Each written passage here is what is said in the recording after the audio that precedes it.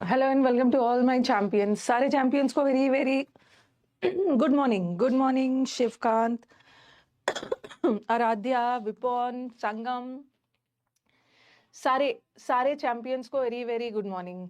एक बार audio video बता दीजिएगा सो डैट आज हम जीरन स्टार्ट भी करें, मतलब कंटिन्यू करें और जीरन को खत्म भी करें। सारे सारे चैंपियंस को very very good morning.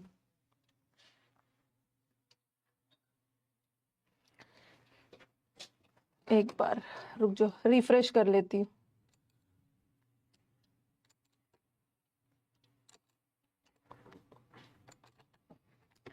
Good morning Manisha, अनुज, सचिन, शालिनी, सारे चैंपियंस को very very good morning. All okay है ना? तो चलो स्टार्ट किया जाए। ओके, कल मैंने आपको जीरन पढ़ाया था। जीरन में कुछ क्वेश्चंस भी हमने किया था। ओके, जीरन के पहले पोजेसिव केस और पार्टिसिपल के पहले ऑब्जेक्टिव केस। अब आ जाओ फोर्थ वाला पॉइंट। ठीक है, सेकेंड और थर्ड पॉइंट तो बहुत इंपॉर्टेंट था। With a view to looking forward to हमेशा अपने साथ जीरन लेता है। ठीक है, क्योंकि वो प्रेपोजिशनल फ्रेज है और जीरन के पहले पोजेसिव केस लगता है, क्योंकि जीरन नाउन होता है और नाउन का ही पोजेशन मालिकाना अधिकार बताया जाता है। ठीक है, अब आ जाओ, और भी कुछ ऐसे फ्रेजेस हैं। अब आप बोलोगे ना कि मैम ये अपने साथ इसको याद रखना हो। मैंने पिछले 15-20 साल में जितने भी आए हुए हैं सबको एक जगह उठा लिया है। अब आपको अलग से कुछ पढ़ने की जरूरत नहीं है। ठीक है, अब बोलोगे मैम इसके अलावा और भी फ्रेजेस जो जीरन लेता है, इसके अलावा आपको नहीं पढ़ना है। इतना ही आपके एग्जाम में आएगा, इससे बाहर कुछ भी नहीं पढ़ना है, बस यही सब थोड़ा सा याद रखना है। ये सारे फ्रेजेस ये अपने साथ प्रेपोजिशन लेता है। और क्यों लेता है? ओके, क्यों लेता है बता रही हूं। क्योंकि ये सारे वर्ड्स अपने साथ एक प्रेपोजिशन लेता है और प्रेपोजिशन के बाद हमेशा जीरेंड आता है। ठीक है, प्रेपोजिशन के बाद कभी भी इंफिनिटिव नहीं आता है, ये याद रखना है। प्रेपोजिशन के बाद हमेशा जीरेंड आता है। ओके, तो आप देख रहे हो सारे वर्ड्स अपने साथ एक प्रेपोजिशन ले रहा है ना। फ्रॉम, यहाँ भी फ्रॉम, यहाँ भी फ्रॉम, यहाँ ऑन, यहाँ इन, सबका मतलब बताऊंगी।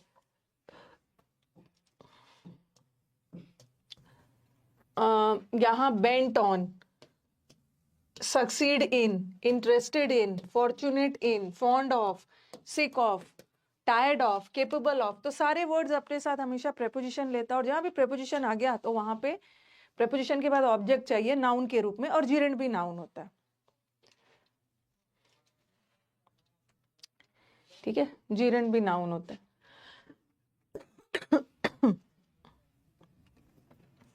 सबका मतलब पहले बता देती हूँ, सबका मतलब बता देती हूँ मैं पहले। आप पहले लिख लो। ठीक है, आप पहले लिख लो, उसके बाद मैं बताती हूँ।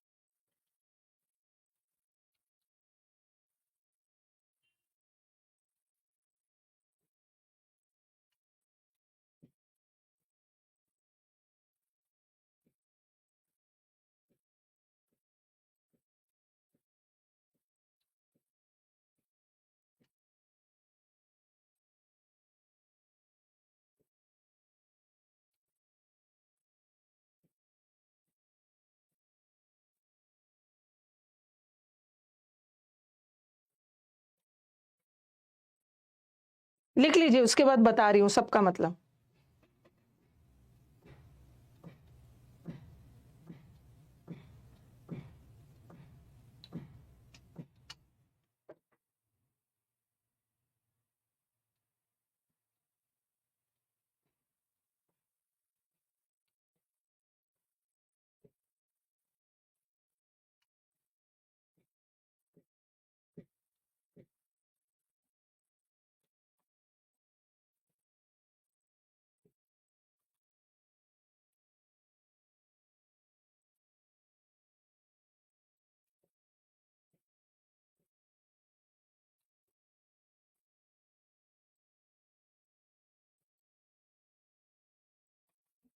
लिख लिया है ना सबने? अब सबका मतलब मैं बता रही हूँ। और जीरण क्यों लेगा? क्योंकि ये सब वर्ड अपने साथ प्रेपोजिशन लेता है और प्रेपोजिशन के बाद जीरण आएगा। तीनों का मतलब सेम है।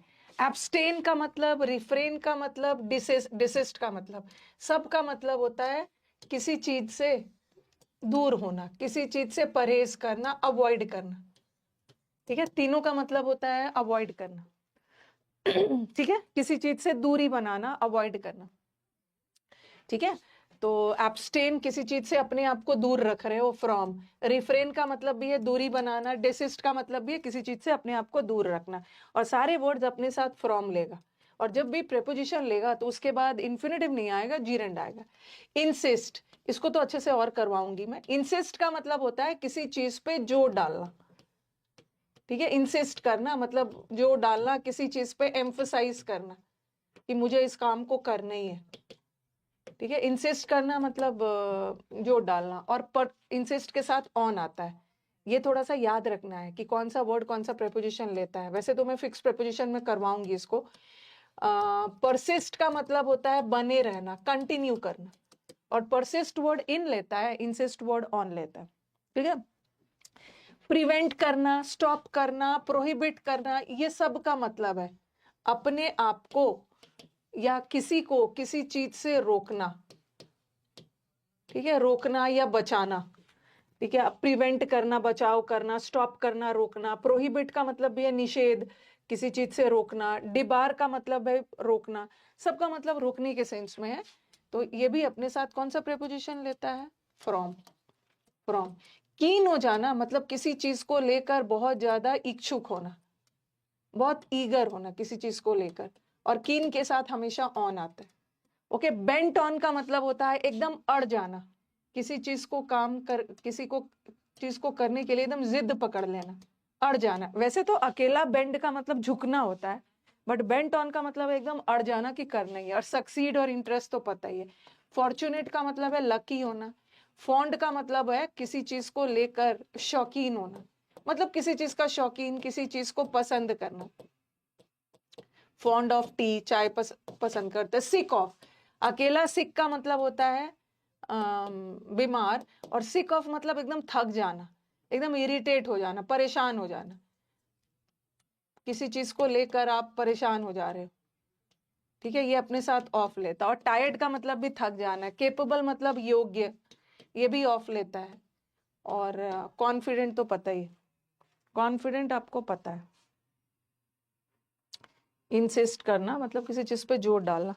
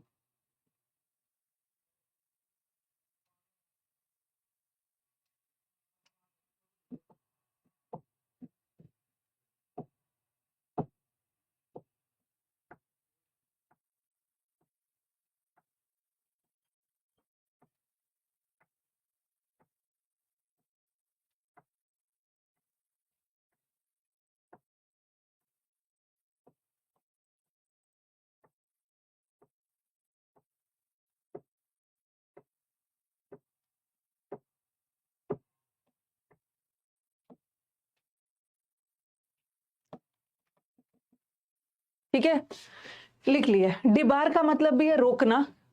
ही वॉज डिबार्ड, उसको एग्जाम देने से रोका गया, उसको इस रूम में घुसने से रोका गया। ठीक है, सब लिख लिया स्टूडेंट्स ने, सबका मतलब भी बता दिया। सब वर्ड अपने साथ प्रेपोजिशन ले रहा है और जहां प्रेपोजिशन रहेगा वहां तो जीरेंड रहेगा ही।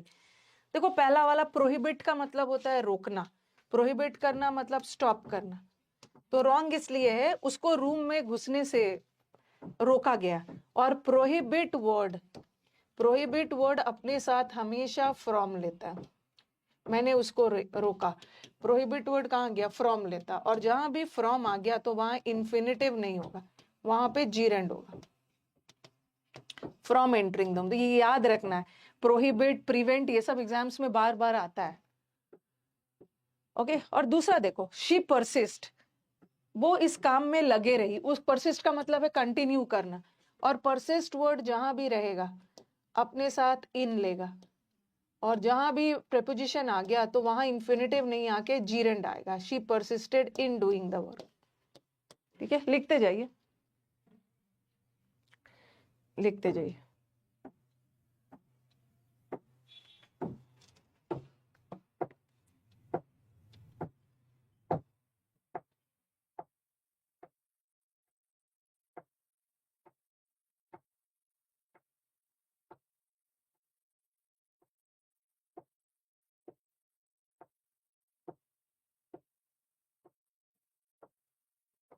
ठीक है, इन। अब नेक्स्ट स्लाइड पे चलते हैं।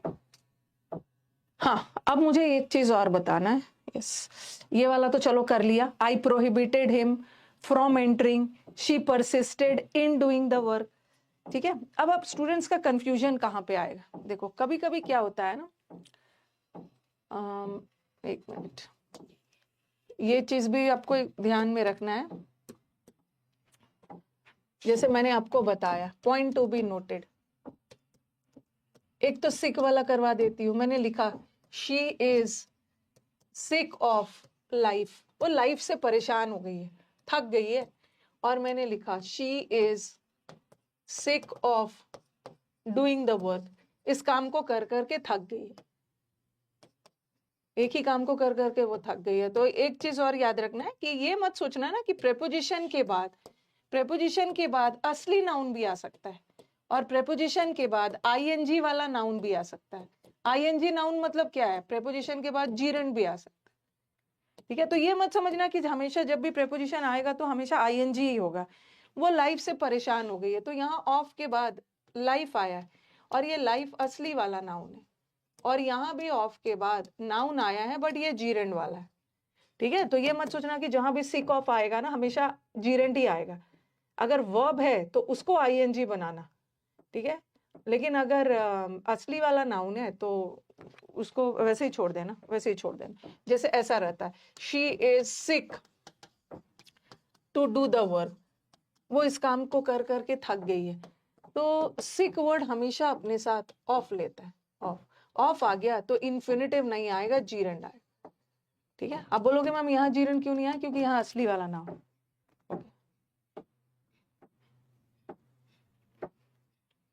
ठीक है, ये चीज का भी ध्यान रखना है। चलो ये भी लिख लो। जैसे फॉन्ड मैंने बताया, she is fond of music, वो म्यूजिक की शौकीन है। या she is fond of T, coffee की शौकीन है। और अगर है she is fond of painting, उसे पेंटिंग का शौक है। ठीक है, उसे पेंटिंग का शौक है। तो यहाँ प्रेपोजिशन के बाद नकली वाला नाउन मतलब जीरेंड वाला नाउन, यहाँ आईएनजी लगाओगे, बट यहाँ म्यूजिकिंग नहीं करोगे, आईएनजी नहीं करोगे, क्योंकि यहाँ भी नाउन है, असली वाला नाउन। बट ये तो आपने वर्ब में आईएनजी लगा के नाउन बनाया। सिक ऑफ में कभी भी डबल एफ नहीं आता। सिक ऑफ का मतलब है परेशान हो जाना, टायर्ड हो जाना, थक जाना, लाइफ से परेशान हो गई है। सिक के साथ कभी भी डबल एफ नहीं लगाना। ठीक है, डबल एफ नहीं लगता है, सिक के साथ सिंगल वाला ऑफ लगता है। अगर यही सेंटेंस ऐसा आता, she is fond to do the work, वो इस काम को कर ऐसा रहता, she is fond to swim, उसको तैरना पसंद है, ये गलत होता है। क्योंकि फॉन्ड वर्ड हमेशा अपने साथ ऑफ लेता है। ठीक है, फॉन्ड वर्ड हमेशा अपने साथ ऑफ लेता है। तो ऑफ लेगा तो इन्फिनिटिव नहीं आएगा, ऑफ लेगा तो जीरेंड आ जाएगा। She is fond of swimming.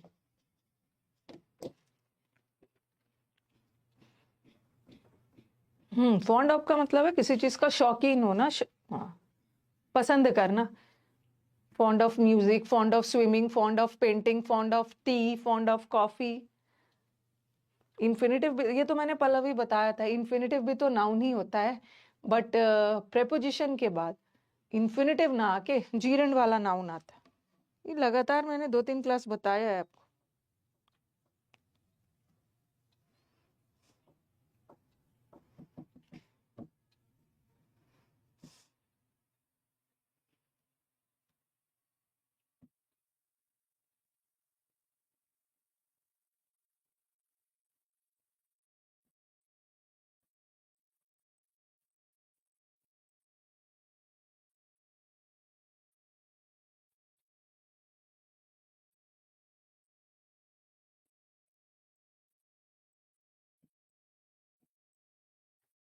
ठीक है,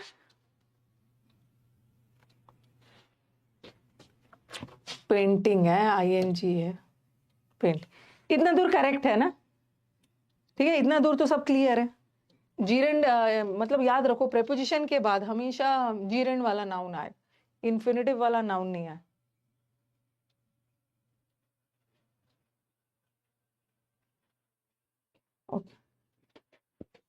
ये लिख लिया। अब आ जाओ, अभी तो मैंने बोला है, याद रखना है कि किसी भी वर्ड के साथ अगर प्रेपोजिशन आ रहा है तो बाद में नाउन चाहिए, या तो असली वाला नाउन चाहिए या तो जीरेंड वाला नाउन चाहिए। जैसे जैसे ये लिखा है ना, she is fond of T, उसको चाय पीने का शौक है। और फिर मैंने लिखा she is fond of music, she is fond of painting, उसको पेंटिंग का शौक है। तो जब भी प्रेपोजिशन आता है तो प्रेपोजिशन के बाद एक नाउन का आना जरूरी है। क्यों? क्योंकि प्रेपोजिशन के बाद एक ऑब्जेक्ट आता है और वही ऑब्जेक्ट तो नाउन होता है ना। ऑब्जेक्ट नाउन या प्रोनाउन होता है, प्रोनाउन भी आ सकता है। देखो लिखा बोला she is fond of me, वो मुझे पसंद करती है, तो प्रेपोजिशन के बाद प्रोनाउन भी आ सकता है और प्रेपोजिशन के बाद नाउन भी आ सकता है। असली वाला नाउन भी हो सकता है, जीरेंड वाला नाउन भी हो सकता है, बट चूंकि हम यहाँ नाउन की बात कर रहे हैं, जीरेंड की बात कर रहे हैं, इसलिए मैं प्रोनाउन नहीं ला रही। ठीक है, तो जब भी प्रेपोजिशन आएगा तो उसके बाद एक ऑब्जेक्ट आएगा, नाउन के रूप में या जीरेंड के रूप में या ऑब्जेक्ट प्रोनाउन के रूप में, आएगा ही आएगा। लेकिन अभी तो मैंने आपको बताया कि इंसिस्ट के साथ। ठीक है, पॉइंट टू बी नोटेड। यहाँ थोड़ा गलती कर देते हैं बच्चे कि मैम आपने तो बोला है ना कि इंसिस्ट के साथ कौन सा प्रेपोजिशन आता है? ऑन। और जब प्रेपोजिशन आएगा, इंसिस्ट के साथ जब प्रेपोजिशन लगेगा तो उसके बाद एक नाउन चाहिए, या तो असली वाला नाउन या जीरेंड वाला नाउन, कुछ ना कुछ चाहिए। He insisted to do the work, उसने इस काम को करने के लिए जोर डाला, मतलब उसने इंसिस्ट किया कि मैं इस काम को करूंगा। ओके, तो दिस क्वेश्चन इज रॉन्ग, ये क्वेश्चन रॉन्ग है, क्योंकि इंसिस्ट के साथ हमेशा ऑन आता है, आएगा ही आएगा ऑन।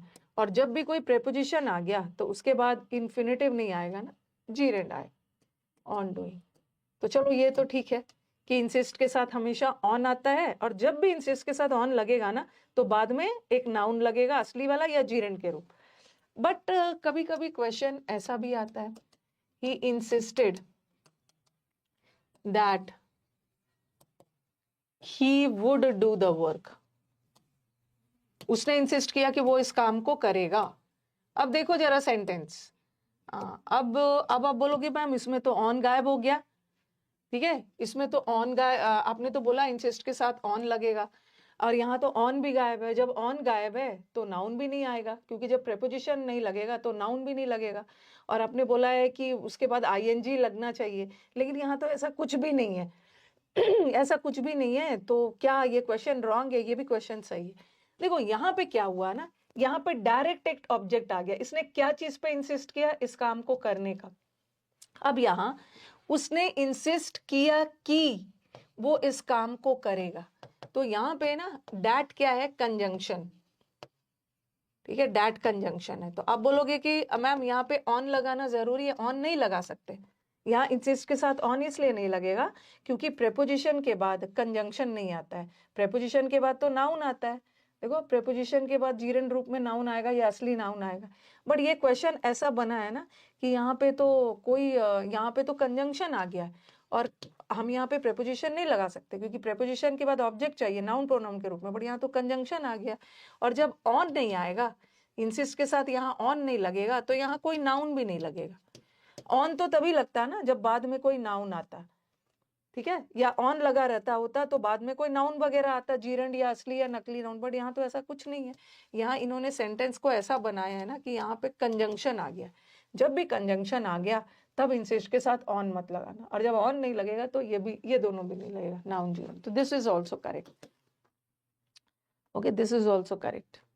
बट यहाँ ऐसा कोई कंजंक्शन वगैरह नहीं था ना, सीधा ऑब्जेक्ट, क्या चीज पे जोर डाला इस काम को करने का, ऑन डूइंग, यहाँ कंजंक्शन डाल दिया। जब कंजंक्शन आ गया तो ना ऑन लगेगा, और जब प्रीपोजिशन नहीं लगेगा तो जीरंड और नाउन भी नहीं लगेगा। ओके, तो ध्यान रखना, ऐसा नहीं है। वैसे इंसिस्ट के साथ एग्जाम में ऐसा भी देते हैं, इंसिस्ट के साथ एग्जाम में ऐसा कर देंगे, ऑन इन लगा के दे देते हैं। इंसिस्ट के साथ हमेशा और हमेशा ऑन प्रीपोजिशन आता है और बाद में कोई ऑब्जेक्ट भी आता है, लेकिन यहाँ पे नहीं आया कुछ भी, क्योंकि सेंटेंस ऐसा बना है ना कि एक कंजंक्शन बीच में आ गया। ओके, हाँ, तो यही वाला सेंटेंस मैंने यहाँ पे दिया है।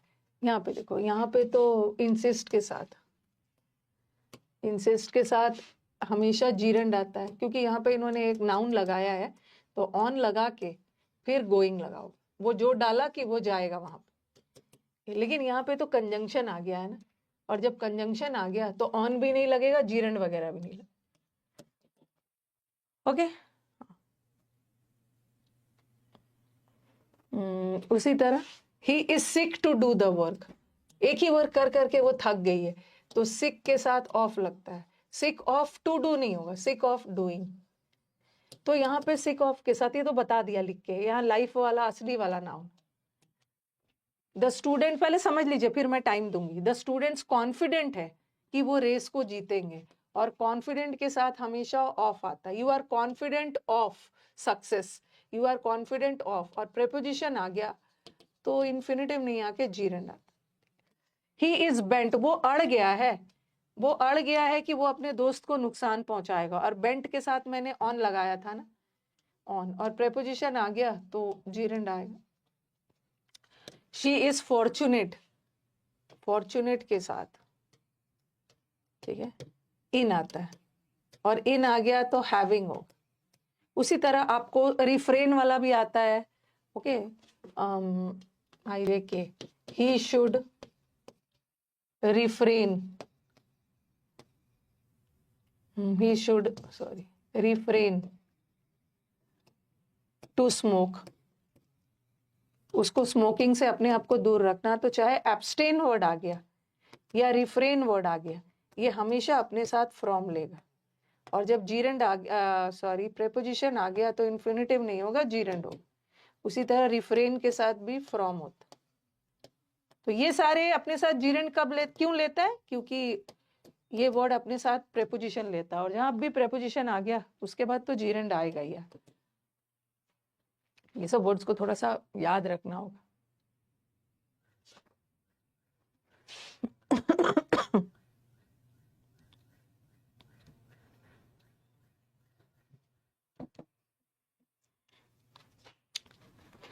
सबके पीछे का लॉजिक ही ध्यान रखना। मैंने आपको बताया था कि with a view to, looking forward to, ये अपने साथ जीरंड क्यों लेता है, क्योंकि ये सारे प्रेपोजिशनल फ्रेज है, और प्रेपोजिशन के बाद तो नाउन चाहिए, या तो असली नाउन हो या तो जीरंड वाला नाउन।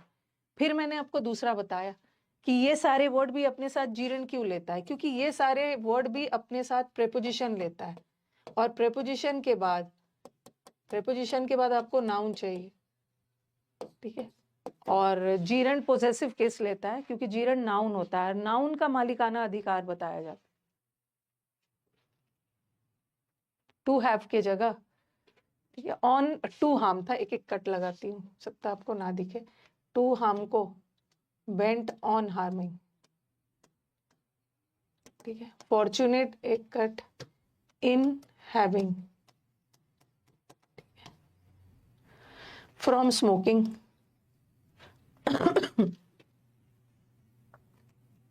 रिफ्रेन।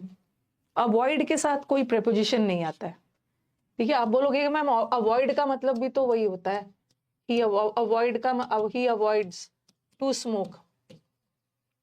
अवॉइड वर्ड भी अपने साथ जीरण लेता है, लेकिन कोई प्रेपोजिशन नहीं लेता। ही अवॉइड स्मोकिंग, अवॉइड का मतलब ही है किसी से दूर, इसके साथ फ्रॉम नहीं आता। he avoids drinking, he avoids smoking, he avoids going there.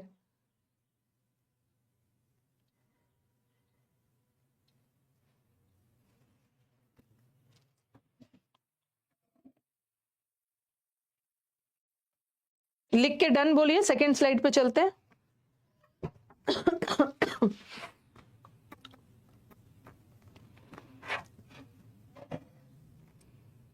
Insist वाला एग्जाम्पल इसलिए दिया क्योंकि बच्चों ने तो रट रखा है कि मैम इंसिस्ट के साथ तो ऑन आता है, यहाँ तो ऑन नहीं लगा। ऑन नहीं लगा है क्योंकि बाद में कंजंक्शन आ गया।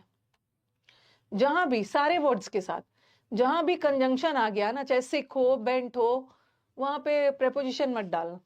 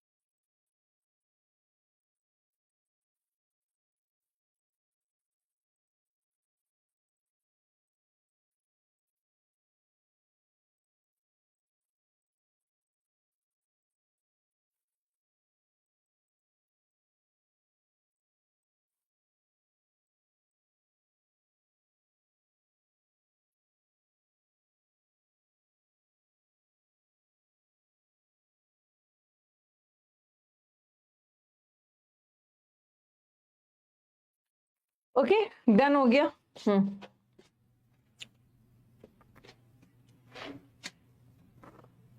ये हो गया। अब आ जाओ। अब बोलोगे कि मैम ये सब क्यों प्रेपोजिशन लेता है, इसके पीछे का भी लॉजिक बताइए। यूज टू मैंने करवाया था। यूज टू का मतलब है किसी चीज का आदि होना। जब मैंने आपको मॉडल वर्ब पढ़ाया था तो बताया था ना कि यूज टू मॉडल भी होता है, यूज टू एडजेक्टिव भी होता है। और जब यूज टू एडजेक्टिव का काम करें तो एडजेक्टिव भी तो नाउन की विशेषता बताता है। देखो ये याद रखना है कि प्रेपोजिशन के बाद भी तो नाउन आता है। क्यों? क्योंकि प्रेपोजिशन के बाद ऑब्जेक्ट आता है और ऑब्जेक्ट ही तो नाउन है। और एडजेक्टिव के बाद भी नाउन आता है। क्यों? क्योंकि नाउन की विशेषता ही तो एडजेक्टिव बताता है। नाउन या प्रोनाउन की विशेषता बताने वाले वर्ड्स एडजेक्टिव होते हैं। और प्रेपोजिशन के बाद भी नाउन प्रोनाउन आता है क्योंकि ऑब्जेक्ट के रूप में आता है। तो ये सारे वर्ड अपने साथ प्रेपोजिशन क्यों लेता है? क्योंकि ये सारे एडजेक्टिव्स हैं। यूज टू का मतलब है किसी चीज का आदि होना। जब मैंने आपको यूज टू पढ़ाया था उसमें बताया था यूज टू मॉडल भी होता है, यूज टू एडजेक्टिव भी होता है। और डिटेल में पढ़ा था हमने कहाँ मॉडल है कहाँ एडजेक्टिव है।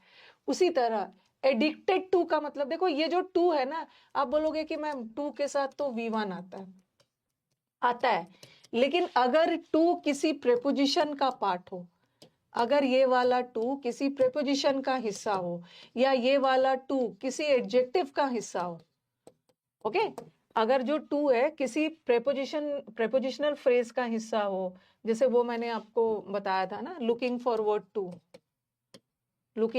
टू, वो एक प्रेपोजिशनल फ्रेज है। उसी तरह अगर टू किसी एडजेक्टिव का हिस्सा हो ना, तो वहां का टू उसके साथ हमेशा नाउन चाहिए। ठीक है, नाउन चाहिए, असली वाला नाउन या तो नकली जीरण वाला नाउन। तो ये यूज टू एडजेक्टिव है। यूज टू का मतलब है किसी चीज का आदी होना, हैबिचुएटेड होना। ठीक है, सबका सेम मतलब है। अकस्टम टू होना, यूज टू होना, किसी चीज का आदी होना, हैबिचुएटेड होना। और एडिक्टेड थोड़ा सा नेगेटिव सेंस में लग जाता है, लत लगना। किसी नेगेटिव चीज का आदी होता है ना कोई, शराब पीने की लत लग गई है, जुए की लत लग गई है, तो ये थोड़ा एडिक्शन, सोशल मीडिया का उसको एडिक्शन हो गया। ठीक है, तो ये सारे एडजेक्टिव्स गिवन टू, सबका मतलब सेम है। यहां तक ना, यहां तक, इनफैक्ट यहां तक सबका मतलब सेम है। ठीक है, use to, addicted to, accustom to, habituated to, given to, सब का मतलब है किसी चीज का हैबिचुएटेड होना, किसी चीज का आपको हैबिट लग गया है। ठीक है, प्रोन का मतलब है किसी चीज से बहुत बुरी तरह से प्रभावित होना। एवर्स का मतलब होता है डिसलाइक, नापसंद करना, डिसलाइक करना। डिवोटेड मतलब समर्पित होना। ठीक है, यहां तक पहले लिखो। ठीक है, यहां तक पहले लिखिए, ये वाला यहां तक लिखिए, अभी ये वाला मत लिखिएगा, ये मैं अलग से करूँ। ये सारे अपने साथ जीरण लेता है। ठीक है, ये सारे अपने साथ दे टेक जीरण। क्यों? कोई पूछेगा कि ये जीरण क्यों लेता, अपने साथ नाउन क्यों लेता? बिकॉज ये सारे एडजेक्टिव्स है, ये सारे एडजेक्टिव्स है। आज समुद्र मंथन का क्लास 3 बजे से है, पता नहीं, नहीं नहीं 3 बजे से नहीं है। क्या गलत डाल दिया है क्या? 3 बजे से डाल दिया है? एक बार बताना देख के।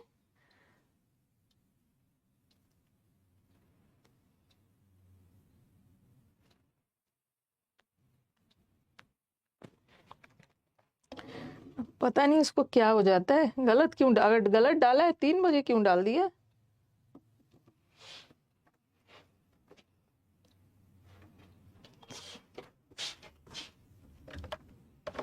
विकास,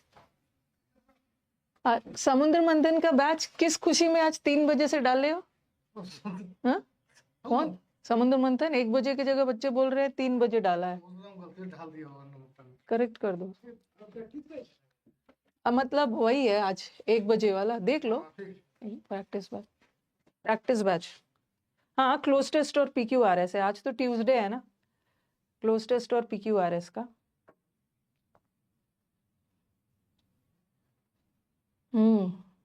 तो सही किया, बता दिया आप लोगों ने।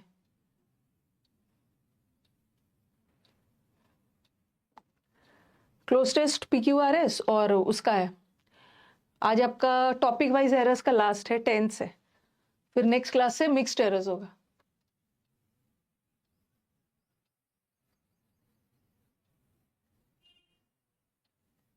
अकस्टम्ड का मतलब है किसी चीज का आदी होना।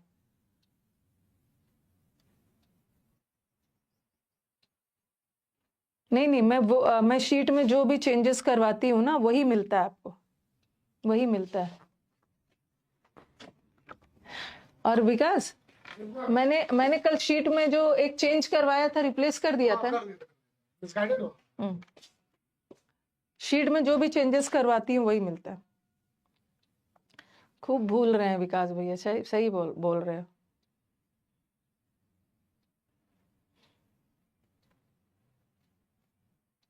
हनुमान जी की तरह भूल जाते हैं। ये तो मुझे आप लोगों से मैं एवरीडे चेक नहीं करती हूँ ना कि आज क्लास कितने बजे। अंडरस्टूड है, अंडरस्टूड है। चलो लिख लो, it's no use. It's no use भी अपने साथ जीरण लेता है। ये वाला मत लिखना, इसको मैं अच्छे से करवाऊंगी, बहुत इंपॉर्टेंट है। बार बार एरर्स आते हैं, इसको छोड़ दे। लेकिन फ्राइडे को ना डिवोटेड मतलब, अरे डिवोटेड होना, समर्पित होना, पढ़ाई को लेकर डिवोटेड हो, किसी व्यक्ति के प्रति समर्पित हो।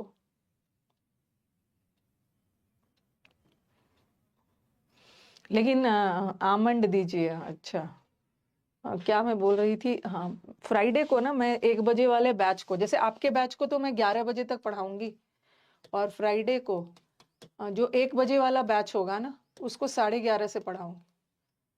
ठीक है, 1 घंटे का बैच लूंगी। फ्राइडे को मेरे को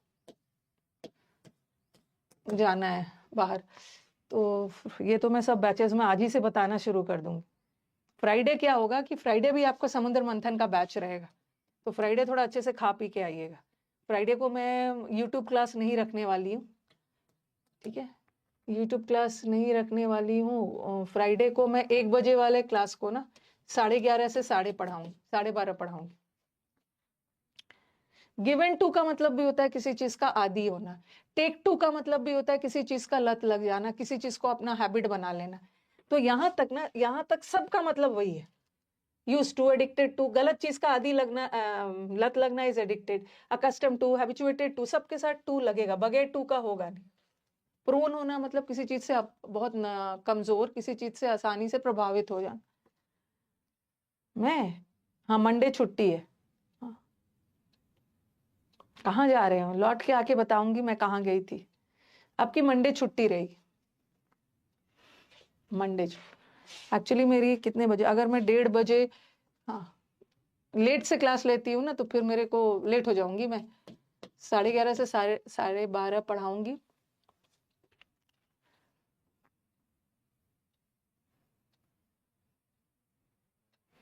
आफ्टरनून की क्लास वीक में 3 डेज नहीं रहता है मनीषा, कहाँ हो? आफ्टरनून की क्लास वीक में 5 दिन चलता है, 5 दिन चलता है। MWF में वो कैप चलता है, ओके। और टीटी में क्लोज टेस्ट, PQRS, अभी तक आपको ये नहीं पता है। और वो चलता है, एरस चलता है, एरस। मंडे को आपकी छुट्टी रहेगी, मंडे आपकी छुट्टी रहने वाली। ये तो मैंने बहुत पहले ही बता दिया था, मंडे छुट्टी होगी। चलो, ही इज एडिक्टेड टू, वो जुए का, उसको जुए का लत लग गया है। और ये एडिक्टेड टू एडजेक्टिव है, और एडजेक्टिव के बाद नाउन चाहिए, और वर्ब को नाउन बनाने के लिए उसमें ING लगा देना है ना। ये एडजेक्टिव है, और एडजेक्टिव तो नाउन की विशेषता बताता है। ही इज हैबिचुएटेड, वो कड़ी मेहनत का आदी है, तो हैबिचुएटेड। अगर अगर ऐसा रहता है ना, ही इज हैबिचुएटेड, जो मैंने यूज टू में बताया था, he is habituated to hard work, तो हार्ड वर्क तो अपने आप में नाउन है। हार्ड वर्क मतलब मेहनत, ये असली वाला नाउन है। तो हैबिचुएटेड टू एडजेक्टिव है, इसके साथ असली नाउन आया, ये सही है। बट यहाँ पे देखो, ही इज हैबिचुएट, हाँ यहीं पे ये करेक्ट है, हार्ड वर्क नाउन, ये वाला सही है, ठीक है। लेकिन यहाँ पे ही इज हैबिचुएटेड टू, अब ये तो वर्ब आ गया, इसको नाउन कर। ये मैंने यूज टू में भी आपको पढ़ा है। वो सुबह जल्दी उठने का आदी है, तो यहाँ का यूज टू मॉडल नहीं है, क्योंकि मॉडल होता तो उसके पहले, मॉडल तो ऑक्सिलरी होते हैं, बट यहाँ तो ऑलरेडी एक वर्ब आ चुका है। यहाँ का यूज टू एडजेक्टिव है, और एडजेक्टिव के साथ नाउन चाहिए, वर्ब को नाउन बनाने के लिए ING लगा। इट्स नो यूज, दूध उबल के गिर जाए उसके बाद रोने से कोई फायदा नहीं, तो इट्स नो यूज वर्ड भी जहां आ गया, इट्स नो यूज वर्ड भी जहां आ गया, वो भी अपने साथ जीरण लेता है। क्राइंग ओवर स्पिल्ट मिल्क,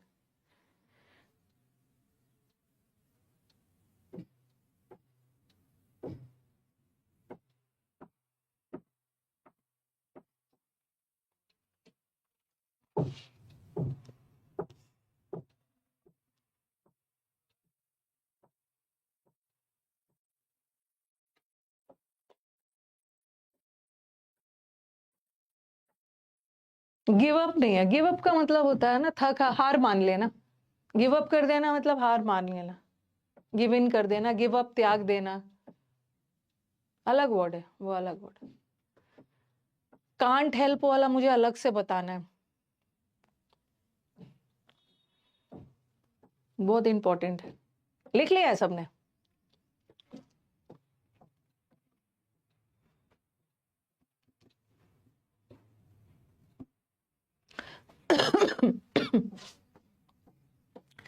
ये वाला मैंने इसलिए कटवा दिया है ना, ये भर भर के आपका उसमें आता है मॉक टेस्ट में, और आधा से अधिक बच्चे रॉन्ग कर लेते हैं, फिर ये क्वेश्चन डाउट सेशन में आता है, तो इसको अच्छे से समझाती हूँ पहले। थर्ड वाला एक्सप्लेन करिए। He is habituated to hard work, वो मेहनत का आदी है, तो ये हार्ड वर्क अपने आप में नाउन है, असली नाउन है, इसको ING बनाने की जरूरत नहीं है। बट यहाँ पे तो वर्क था ना, और वर्क को वर्ब है, और वर्ब का V1 फॉर्म है, V1 फॉर्म जीर्ण नहीं होता, ING करना हो। ठीक है, हो गया। यूज टू एडजेक्टिव, और एडजेक्टिव के बाद नाउन चाहिए, ठीक है, तो नाउन बना दिया ना मैंने यहाँ पे ING लगा। अब जरा ध्यान से सुनो, ओके। एक स्लाइड लेती हूँ मैं। अब हमारा जीरण करीब करीब खत्म है। अब मैं आपका और एकदम ध्यान से इसको सुनना, इसे भर भर के एरर्स आएंगे। Point to be noted. वैसे मैं इन्फिनेटिव चैप्टर में इसको हम लोग फिर से रिवाइज कर लेंगे, ठीक है। नोटेड नहीं नोट करना है, इस चीज को नोट करना है। ओके मैंने आपको बोला कि इन्फिनेटिव होता है। इन्फिनेटिव का मतलब क्या है?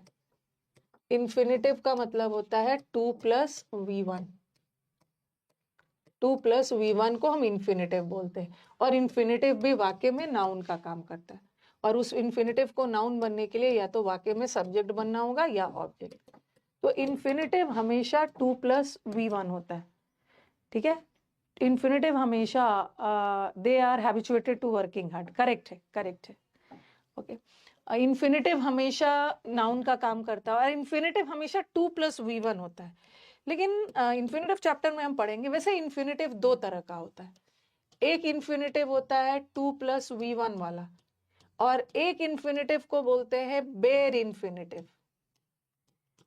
बेर फुटेड बोलते हैं ना, बेर फुटेड मतलब नंगे पांव। ओके बेर हैंड्स का मतलब है ढका नहीं है, खुला हुआ हाथ है, ऐसे ही। तो एक होता है बेर इन्फिनेटिव। आप बोलोगे मैम बेर इन्फिनेटिव का मतलब क्या है? बेर इन्फिनेटिव का मतलब है कि इन्फिनेटिव का सेंस तो दे रहा है बट उसमें टू नहीं लगा है, ठीक है। इन्फिनेटिव का सेंस तो आपने, एक मिनट रुको, अभी अपना कमेंट में कोई भी अपना अपना दिमाग नहीं लगाएगा, मैं आपको पहले पढ़ा लेने दो। इन्फिनेटिव के भी दो प्रकार होते हैं। एक इन्फिनेटिव होता है 2 प्लस V1 वाला, और एक होता है बेर इन्फिनेटिव। जब हम इन्फिनेटिव चैप्टर पढ़ेंगे ना जीरेंड के बाद, वहां पे मैं बताऊंगी कौन सा वर्ड 2 के साथ वाला इन्फिनेटिव लेता है, कौन सा वर्ड बेर वाला लेता है, और कौन सा वर्ड दोनों ले सकता है, ठीक है। बस यहाँ मुझे थोड़ा सा बता देने दो कि बेर इन्फिनेटिव क्या होता है। बेर इन्फिनेटिव का मतलब है कि इन्फिनेटिव का सेंस दे रहा है। इन्फिनेटिव का सेंस दे रहा है मतलब वो भी नाउन ही है। 2 प्लस V1 की तरह बेर वाला भी नाउन ही होता है, बट उसमें से 2 गायब होता है। 2 गायब होता है। सेंटेंस देखना, I helped him, I helped him to do the work. मैंने उसको हेल्प किया इस काम को करने में। और फिर मैंने लिखा आई हेल्प्ड हिम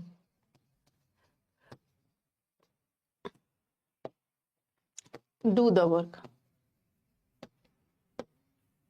या तीसरा वाला लिखा, एकदम अभी बोर्ड पे ध्यान दीजिए, बोर्ड पे ध्यान देना है, कॉपी में कुछ भी नहीं लिखेंगे सब। अब देखो इस सेंटेंस का मेन वर्ब कौन सा है, क्योंकि दिमाग में आएगा मैम एक तो इन्फिनेटिव 2 प्लस V1 होता है और एक इन्फिनेटिव अकेला V1 होता है, उसमें 2 नहीं होता है। तो हम बगैर 2 वाला इन्फिनेटिव को वर्ब भी तो मान सकते हैं, क्योंकि अकेला V1 भी तो वर्ब होता है। नहीं, ऐसा नहीं मान सकते हैं। देखो पहले इस सेंटेंस का मेन वर्ब कौन सा है? हेल्प्ड। इस सेंटेंस का वर्ब हेल्प्ड है, वो भी मेन वर्ब। इस सेंटेंस का मेन वर्ब ये हेल्प। दोनों जगह मेन वर्ब हमें मिल गया। मैंने उसको क्या करने में मदद किया, क्या का जवाब आ रहा, काम को करने में। व्हाट का जवाब आ रहा है, तो इसका मतलब है व्हाट का जवाब आ रहा है, ये नाउन है। और इन्फिनेटिव भी नाउन ही होता है। और यहाँ भी ये 2 प्लस V1 वाला इन्फिनेटिव है, और ये भी इन्फिनेटिव ही है, लेकिन ये बेर वाला है। बेर वाला समझ रहे हो? यहाँ भी क्या का जवाब आ रहा है ना, मैंने उसकी हेल्प की क्या करने में, काम को करने में।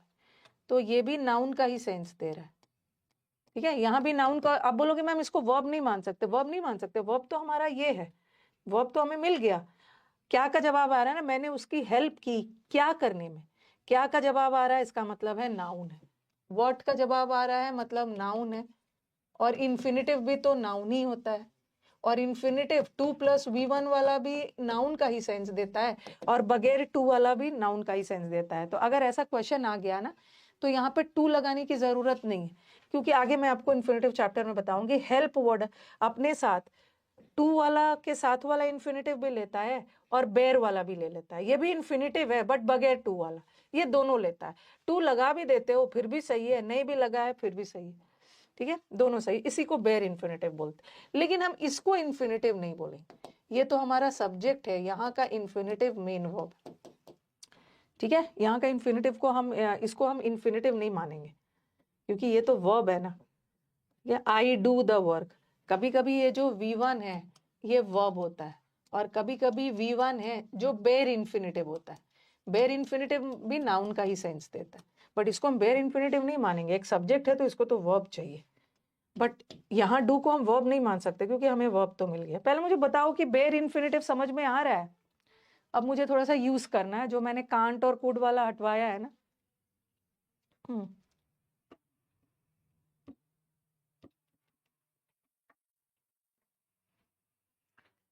बेयर इन्फिनेटिव मतलब बगैर टू वाला इन्फिनेटिव, और वो भी नाउन का सेंस देगा। ठीक है,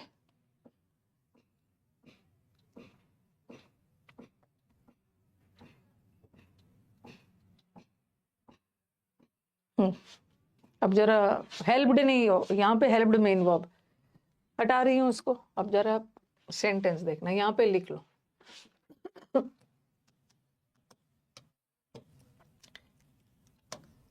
कांट आ गया, ये एक फ्रेज है। कांट स्टॉप आ गया, एक फ्रेज है। या कांट हेल्प, अपने एक तो हेल्प का मतलब होता है मदद करना, और एक हेल्प का मतलब होता है अपने आप को किसी चीज से रोकना। ठीक है, रोकना या नहीं रोक पाना। कांट है तो अपने आप को कांट हेल्प आ गया, या कांट के जगह पास्ट टेंस में कुडेंट आ गया, कुडेंट हेल्प या कुडेंट स्टॉप। स्टॉप का तो पता है, अपने आप को किसी चीज से नहीं रोक पाना, ये पास्ट टेंस में, और ये प्रेजेंट टेंस। और यहाँ कांट हेल्प मदद करने के सेंस में नहीं है, ये भी रोक पाने के सेंस में है। कुडेंट हेल्प, सेंटेंस दूंगी क्लियर हो जाए। Couldn't help.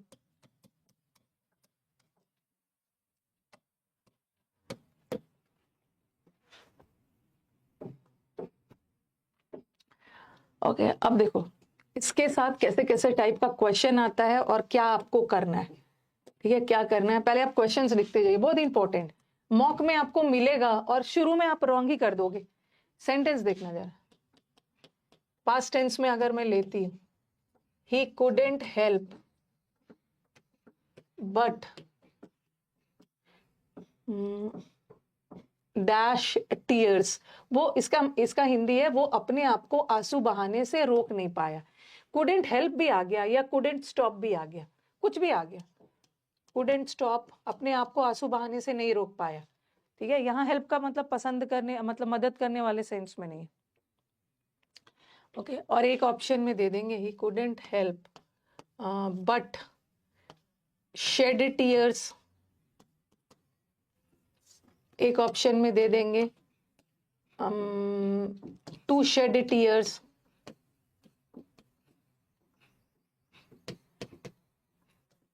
और एक ऑप्शन में दे देंगे फ्रॉम शेडिंग।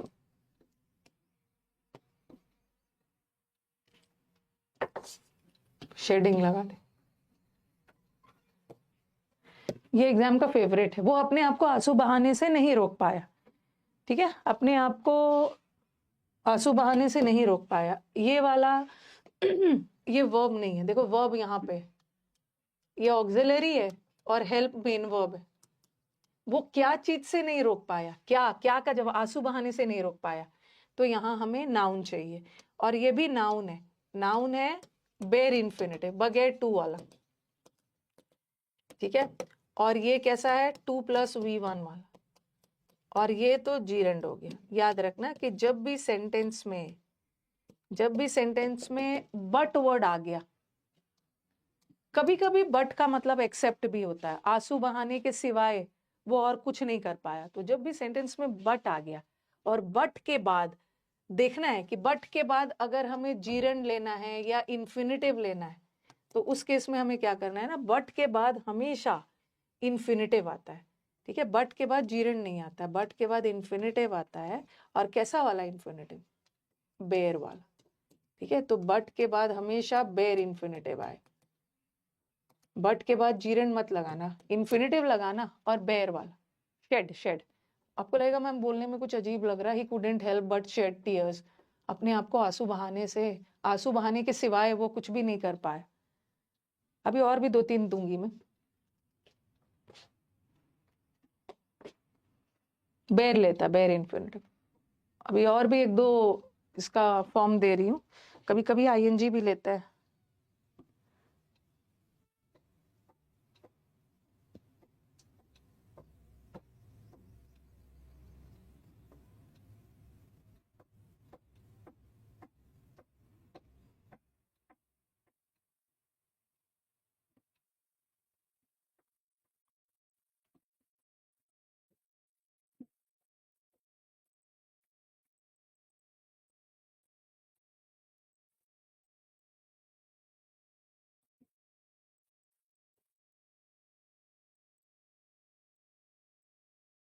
कुड भी रहे, अच्छा कुडेंट है, सॉरी कुडेंट है, सॉरी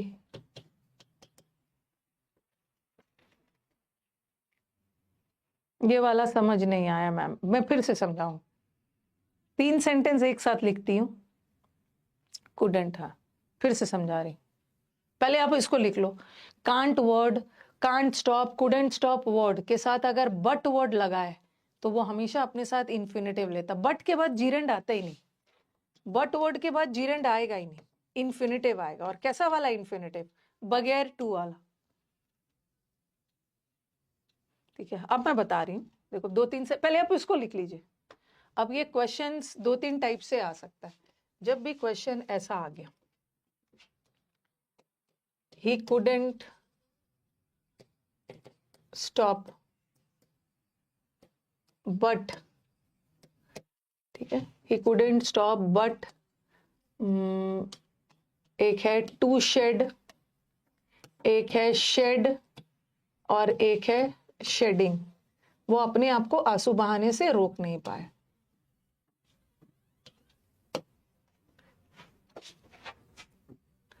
और एक है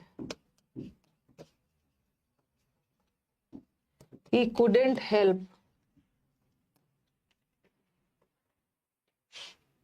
to shed, या अकेला शेड या शेडिंग।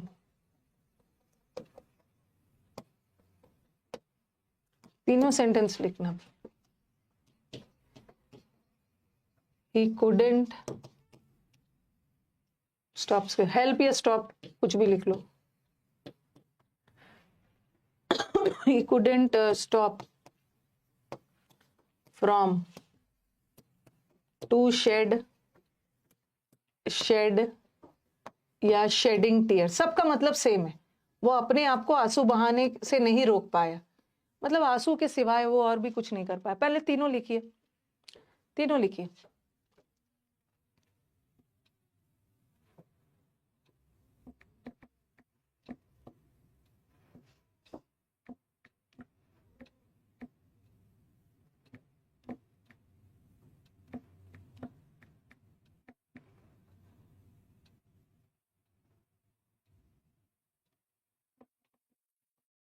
वो अपने आप को हंसने से रोक नहीं पाया, ऐसा भी लिख सकते हो। he couldn't stop laughing या laugh, कुछ भी आ सकता है। लिख लिया है ना? अब सेंटेंस पे ध्यान देना। एक जगह बट लगा है, ठीक है, एक जगह बट लगा है, एक जगह, सबका मतलब यही है, अपने आप को रोने से नहीं रोक पाया या अपने आप को हंसने से नहीं रोक पाया, हंसता ही रहा। एक जगह बट लगा है और एक जगह फ्रॉम लगा है और एक जगह कुछ भी नहीं लगा है। ठीक है, एक जगह कुछ भी नहीं लगा है। तो जब भी सेंटेंस में बट आ गया, जब भी बट आ गया तो बट के बाद हमेशा, बट के बाद जीरेंड आता ही नहीं है, बट के बाद इन्फिनेटिव आता है, जीरेंड तो आएगा नहीं। और बट के बाद जब भी इन्फिनेटिव आता है तो कैसा वाला?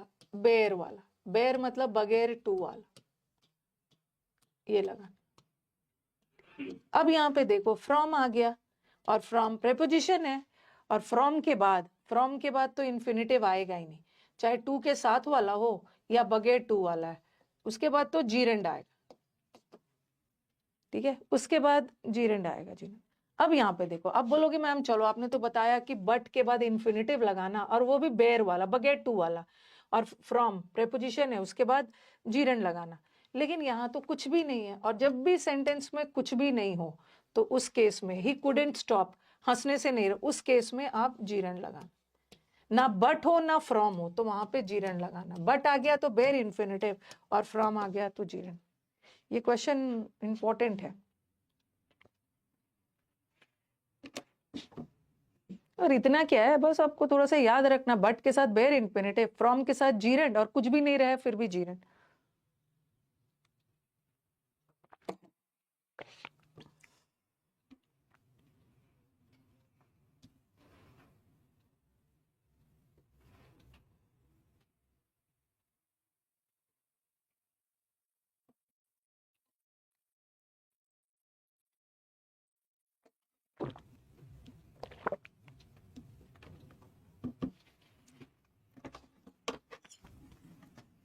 हो गया। सेकंड वाला में शेडिंग होगा जब कुछ भी ना रहे। ये वाला को एक दो बार रिवाइज कर लीजिएगा, you will find this type of sentences. Couldn't help हो या कुडेंट स्टॉप हो या कांट स्टॉप हो या कांट हेल्प हो, they take infinitives as well as gerund. whenever you have a preposition, this will take gerund. if we don't have a preposition or either we don't have but, तो यहाँ भी gerund, but आ गया तो infinitive, वो भी pair वाला। tears adjective नहीं है, tear भी आंसू है। s लगा है ना, s लगाकर प्लूरल बनाते हैं और प्लूरल तीन ही चीज का बनता है, या तो नाउन का, या तो प्रोनाउन का, या तो वर्ब है, वर्ब का। तो आंसू तो वर्ब है नहीं, प्रोनाउन है नहीं, आंसू नाउन है।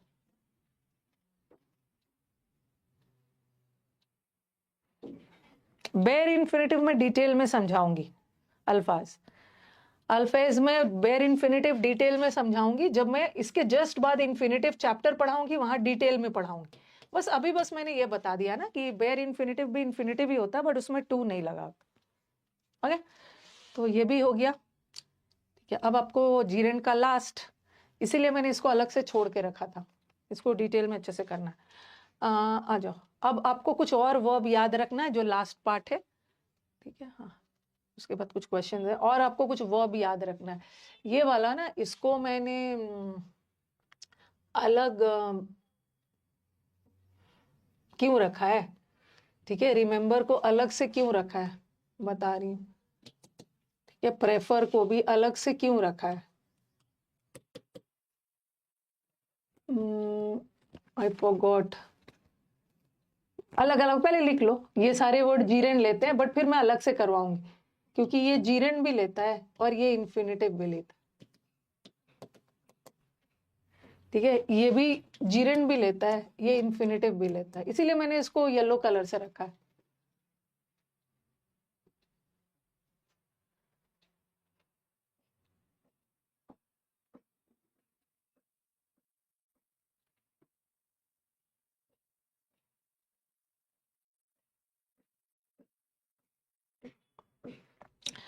और एक चीज आपके दिमाग में और आ रहा होगा, एक कंफ्यूजन दिमाग में आ रहा होगा। देखो सारे प्रेपोजिशंस, एक चीज और दिमाग में देखो, सारे प्रेपोजिशंस अपने बाद जीरन लेता है। ठीक है, कुछ ऐसे वर्ड्स होते हैं ना जो सिर्फ और सिर्फ प्रेपोजिशन होता है, जैसे ऑन सिर्फ प्रेपोजिशन है, ऑफ भी प्रेपोजिशन है, इन भी प्रेपोजिशन है। ठीक है, ये सारे, ये सब और दूसरा काम कर ही नहीं सकता है, ये सिर्फ और सिर्फ अपने साथ जीरेंड लेगा, आईएनजी फॉर्म वाला जीरेंड या तो असली वाला नाउन। ठीक है, असली वाला नाउन। लेकिन बट एक आपके दिमाग में आ रहा होगा कि मैम ये बट क्या है। बट एक ऐसा वर्ड है ना, इसमें भी मिलावट है ये सब तो सिर्फ और सिर्फ प्रेपोजिशन होता है, बट एक ऐसा वर्ड है जो कि मैंने आपको सब्जेक्ट वर्ब में पढ़ाया भी था। बट एक ऐसा वर्ड है जो प्रेपोजिशन का भी काम करता है और कंजंक्शन का भी काम करता है। और बट एक ऐसा प्रेपोजिशन है, बाकी सारे प्रेपोजिशन अपने बाद जीरन लेता है, बट एक ऐसा प्रेपोजिशन है जो अपने बाद जीरन ना लेके बेयर इन्फिनेटिव लेता है।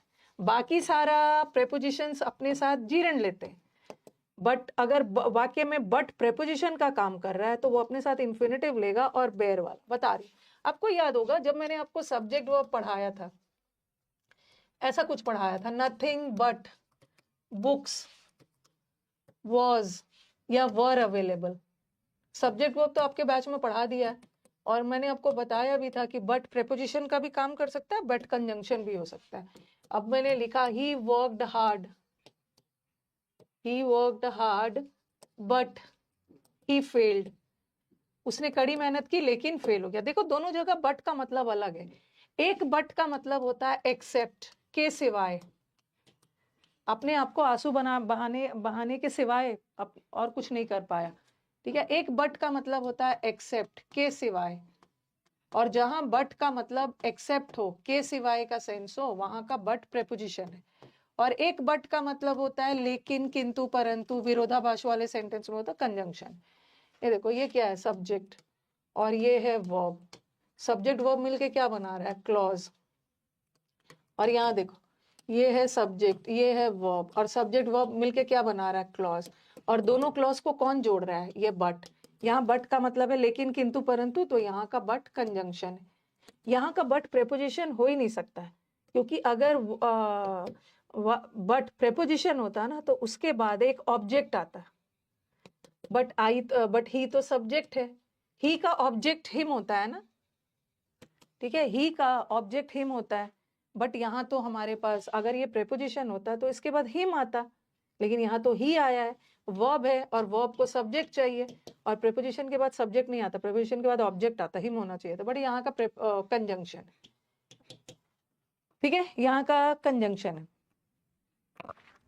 ओके, और ऊपर वाला सेंटेंस देखो, यहाँ बट का मतलब क्या जा रहा है, किताबों के सिवाय कुछ भी प्रेजेंट नहीं था।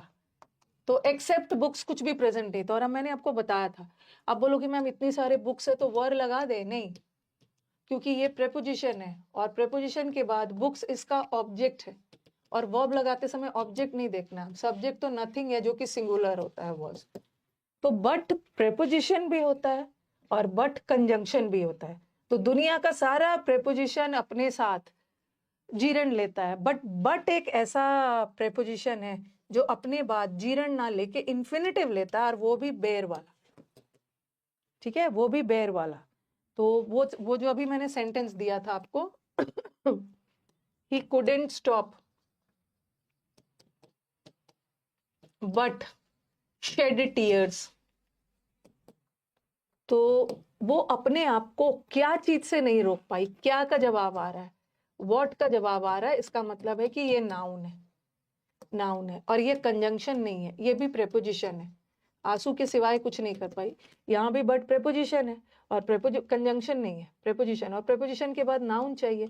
तो आप बोलोगे मैम आपने तो बोला है प्रेपोजिशन के बाद आईएनजी वाला नाउन चाहिए, बट एक ऐसा प्रेपोजिशन है मिलावटी वाला, क्योंकि बट प्रेपोजिशन भी होता है, कंजंक्शन, ये प्योर प्रेपोजिशन नहीं है, कंजंक्शन का भी काम करता है। ये एक ऐसा प्रेपोजिशन है जो अपने बाद जीरण ना लेके इंफिनिटिव लेता है, और वो भी बेर वाला, ठीक है। अरे वॉज वाला कैसे नहीं समझ में आया, इसको तो मैंने सब्जेक्ट वर्ब टॉपिक में पढ़ा दिया है, नथिंग मेन सब्जेक्ट। तो एक बार बता दो, क्लियर है? नहीं, आपके दिमाग में ये डाउट आ सकता है कि मैम आपने तो बोला है कि कंजंक्शन के बाद ये कहाँ से बेर इन्फिनिटिव आएगा, क्योंकि बेर इन्फिनिटिव भी तो नाउन ही होता है, बेर इन्फिनिटिव भी नाउन होता है, और बट तो कंजंक्शन है, और कंजंक्शन के बाद तो नाउन नहीं आना चाहिए, बिकॉज यहाँ का बट कंजंक्शन नहीं है, यहाँ का बट प्रेपोजिशन, और प्रेपोजिशन के बाद नाउन चाहिए। फिर दिमाग में आएगा कि आपने तो अभी तक जितना प्रेपोजिशन पढ़ाया सब जीरण लिया, बट यहाँ बेर इन्फिनिटिव क्यों ले रहा है, क्योंकि बट एक ऐसा प्रेपोजिशन है जो अपने साथ बेर इन्फिनिटिव लेता है। ओके, चलो अब आपको कुछ और वर्ड्स याद रखने हैं। ये तो एडजेक्टिव है तो अपने साथ लेगा। जो मैं येलो में लिखी हूँ ना उसको मैं अलग से नोट में करवाऊँ, येलो में तो मतलब ये भी बहुत इंपॉर्टेंट है, इसको भी अलग से करवाऊंगी। पहले तो ये सारे वर्ब्स अपने साथ जीरण लेता है, इसका भी बताऊंगी क्यों लेता है। ओके, बट के बाद हमेशा बेर इन्फिनिटिव आएगा, ये भी जीरण लेता है, क्यों लेता है ये भी बताऊंगी। पहले आप लिख लो इंजॉय वर्ड, ठीक है। माइंड करना, माइंड करने का मतलब है एतराज करना, रिमेंबर। अब रिमेंबर वर्ड जीरण तो लिख दिया है, बट मैं अलग से लिखवाऊंगी, जीरण भी लेता है इंफिनिटिव भी लेता है, कब जीरण लेगा कब इंफिनिटिव लेगा बताऊंगी। डिनाइड, डिनाइड भी जीरण भी लेता है इंफिनिटिव भी लेता है। वर्थ का, डिनाई का मतलब है मना करना, वर्थ का मतलब है के लायक, किसी चीज का कीमत के लायक। अवॉइड मतलब दूरी बनाना। प्रेफर का मतलब होता है चूज करना, पसंद करना। रिग्रेट मतलब पछतावा करना। रिजेंट का मतलब है डिसलाइक करना, दोनों का मतलब है डिसलाइक। रेजिस्ट का मतलब होता है रोकना, अपने आप को विरोध करना, रोक। प्रपोज तो पता है, यहाँ प्रपोज सुझाव के सेंस में, शादी वाला नहीं, और बाकी तो सारा पता है। यहाँ से कुछ मत लिखिएगा, ठीक है, मैं आपको अलग अलग लिखवाऊंगी।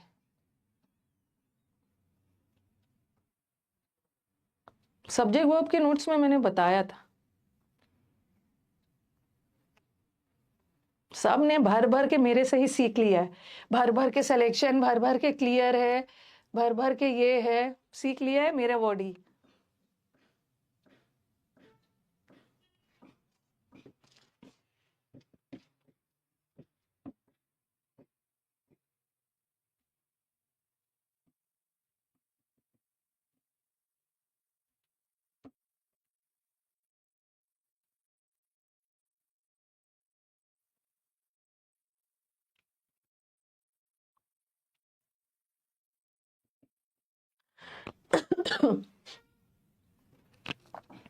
सेंटेंस के अकॉर्डिंग ना डिसाइड करेंगे कि कहाँ का बट प्रेपोजिशन है और कहाँ का बट कंजंक्शन। लेकिन किंतु परंतु का सेंस आए तो कंजंक्शन है, एक्सेप्ट का सेंस आए प्रेपोजिशन। बहुत ही खतरनाक चैप्टर है, इससे भी खतरनाक अभी इन्फिनिटिव है। आज वर्ब का 14th क्लास है, ठीक है, और एकदम 18 दिन में आपका खत्म होने वाला। मैंने आपको बोला था कि वर्ब चैप्टर महाभारत का युद्ध है, क्योंकि आप बोलोगे मैम इतना लंबा वर्ब क्यों जाता है, बहुत सारे चैप्टर्स है वर्ब में। ओके, अकेला अकेला बहुत चैप्टर है, बेसिक वर्ब है, ठीक है, फिर वर्ब में मॉडल वर्ब है, फिर वर्ब और पैरेललिज्म है, वर्ब और इन्वर्जन है, फिर जीरेंड है, फिर इन्फिनिटिव है, फिर कॉजेटिव वर्ब है, फिर पार्टिसिपल है। अब बताओ कि एक चैप्टर में करीब 6-7 चैप्टर है, तो थोड़ा तो टाइम लगेगा।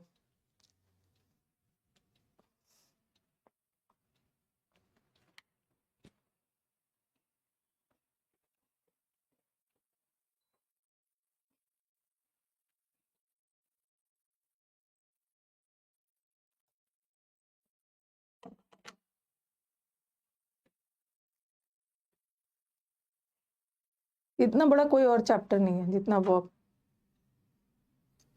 और जो जो चीज बोरिंग लगता है ना, जो चैप्टर बोरिंग लगता है, मेरे को तो सबसे इंटरेस्टिंग चैप्टर वर्ब ही लगता है। मान लो कि जो चीज पढ़ने का मन नहीं कर रहा है, सबसे बोरिंग लग रहा है, और जिसको समझने में सबसे दिक्कत हो रही है, इसका मतलब है कि वो सबसे इंपॉर्टेंट चैप्टर है। सबसे इंपॉर्टेंट चैप्टर है जो बोरिंग है, पढ़ने में मन नहीं कर रहा है, वर्ब पढ़ने के बाद 50% सिलेबस ऐसे ही खत्म हो जाता है। जो चीजें आसानी से समझ में आ जाती है ना, वो कभी एग्जाम में नहीं आता। जिस चीज में दिमाग लगाना होता है, जिस चीज में दिमाग लगाना होता है, वहां वहीं वहीं से एरर्स आता है। चलो लिख लिया ना, अब अवॉइड वर्ड्स करते हैं। पहला अवॉइड वर्ड लेते हैं, अवॉइड इंजॉय वर्ड लेते हैं।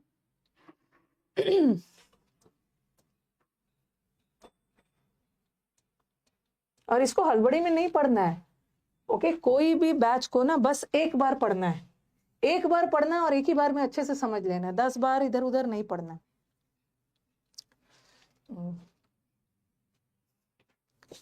नोट कर, ये जो मैंने आपको बताया था, जब भी कोई एक्टिविटी हो, बताते जा रही हूँ ताकि आपके मन में कंफ्यूजन ना हो कि मैम ये जीरेंड क्यों लेता है। ओके, जब भी एक्टिविटी हो या कोई हॉबी हो या कोई काम आप रोज एवरीडे एज ए हैबिट बना के करते हो, ठीक है, हैबिट बना के करते हो, तो उसके लिए हम क्या का यूज करते हैं, जीरेंड का, जीरेंड का यूज करते हैं ना। और मैंने बताया कि जब भी अभी कोई काम हुआ नहीं हो, मतलब सजेशन का सेंस हो। एक एक क्वेश्चन आया है सीपीओ में, मैं उसको आपको ढूंढ के बताऊंगी। मैं अभी ढूंढ रही थी, मुझे मिल नहीं रहा था। जब भी सजेशन का सेंस है तो उन्होंने वहां पे इन्फिनिट ये जीरन लगा के दे दिया था, लेकिन हमें वहां पे जीरन नहीं लगाना था, हमें वहां पे इन्फिनिटिव लगाना। जब भी एडवाइस दिया जा रहा है, ऑर्डर दिया जा रहा है, सजेशन दिया जा रहा है, रिक्वेस्ट किया जा रहा है, पर्पस बताया जा रहा है, आप डॉक्टर के पास गए इलाज के पर्पस से, तो वहां हम इन्फिनिटिव लगाते हैं। अभी तो इन्फिनिटिव में और दिमाग खर्च होगा आपको, और जितना ज्यादा दिमाग ही एक ऐसा चीज है ना जो खर्च होता है तो फिर और भी प्रोड्यूस होता है। ओके, जैसे खाना पीना खर्च हुआ तो कमी पड़ जाती है, बट दिमाग को भरपूर खर्च करना है और भी प्रोड्यूस होगा। ठीक है, मैथ्स में भी कोई टॉपिक होगा जो आपको बोरिंग लगता है बट इंपॉर्टेंट होगा, तो ये एक्टिविटी वाला जीरण लेता। और ये जो इंजॉय वर्ड है, आप ये चीज पसंद करते हो, मतलब रोजमर्रा की जिंदगी में आपको ये एक्टिविटी पसंद है, आपको ये हॉबी पसंद है, इसलिए जीरण ले। इंजॉय वर्ड हो या आप अक्सर किसी चीज को अवॉइड करते हो, तो ये सारे वर्ड जीरण लेता है। नाउन लेता, असली वाला नाउन भी होता है, नकली नाउन भी हो सकता है। जैसे मैंने लिखा आई इंजॉय मूवीज, तो यहाँ तो जीरण इंफिनिटिव की बात ही नहीं, मेरे को मूवीज पसंद है, तो यहाँ तो असली वाला आ गया। अब बोलोगे मैम यहाँ तो इंजॉय वर्ड ना जीरण लिया ना इंफिनिटिव लिया, असली वाला नाउन। लेकिन अगर मैंने लिखा I enjoy to watch movies, मेरे को मूवीज पसंद है और मेरे को मूवीज देखना पसंद है। अब देखो यहाँ पे ये क्या आ गया, जीरेंड आ गया, सॉरी इन्फिनेटिव आ गया इन्फिनेटिव। और इंजॉय वर्ड अपने साथ इन्फिनेटिव नहीं लेता। इन्फिनेटिव कब लगाते हैं, सजेशन एडवाइस और वो सेंस में। मेरे को मूवीज देखना अच्छा लगता है, ये मेरा हॉबी है, मेरा रोज का एक्टिविटी अच्छा लगता है, तो यहाँ पर एक्टिविटी के लिए आप जीरन लगाओगे ना, इन्फिनेटिव नहीं लगाओ। वॉचिंग,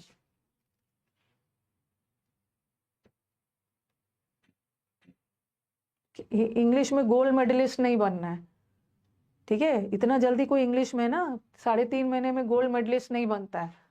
ओके, चुपचाप जॉब लेना है और ज्यादा पढ़ाई नहीं करनी है। जितना पढ़ना था जिंदगी में पढ़ लिया, जॉब मिल गया, अब ज्यादा गोल्ड मेडलिस्ट के चक्कर में नहीं रहना है, अपने गवर्नमेंट ऑफिस में जाना है और लाइफ को एंजॉय करना है। भगवान ने हमें धरती पे ना गोल्ड मेडलिस्ट के लिए नहीं भेजा है, बस हमारा धरती पे एक हमारा रोल है कि जॉब ले लेना ताकि हमारी लाइफ सेट हो जाए। पैसों का इम्पोर्टेंस है, ठीक है, समाज में हमें हमें हमें रिस्पेक्ट भी बहुत, इंसान तो अच्छा बनना है बट पैसे भी रहना चाहिए ताकि स्ट्रगल ना करना पड़े। ज्यादा गोल्ड मेडलिस्ट के चक्कर में नहीं रखना, अपना ड्रीम जॉब लेके अब चुपचाप अपनी लाइफ आगे बढ़ाना है, शादी कर लेना है, ओके, फिर घूमना फिरना है, लाइफ को एंजॉय करना है। जिसको नहीं माने वो नहीं करेंगे, मतलब ऐसा कोई कंपल्शन नहीं। लड़के तो ऐसे ही डरे हुए हैं आजकल।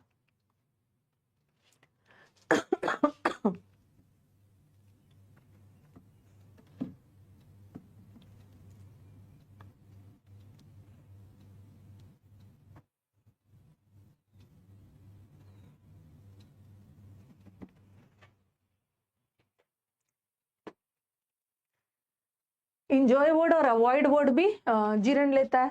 अवॉइड भी जो आप रोजमर्रा की जिंदगी में आपको पसंद नहीं है, दूरी मना, जैसे ही avoids to travel during rush hours, भीड़ भाड़ वाले समय में वो अवॉइड करता है ट्रैवल करना, मतलब उसका ये हैबिट है, भीड़ भाड़ वाले में नहीं जगह में जाता है, ये उसका एक हैबिट है कि वो इस चीज से दूर रखता है अपने आप को। तो हैबिट का सेंस जाए तो इन्फिनेटिव ना लगा के जीरण लगाना।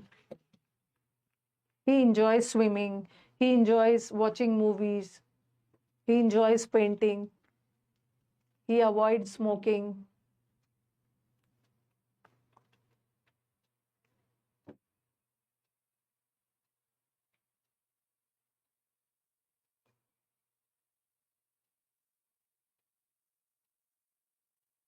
पूरा समाज भय में है, सही बोल रहे लड़के, लड़के ज्यादा भय में चले चले गए हैं पता नहीं क्यों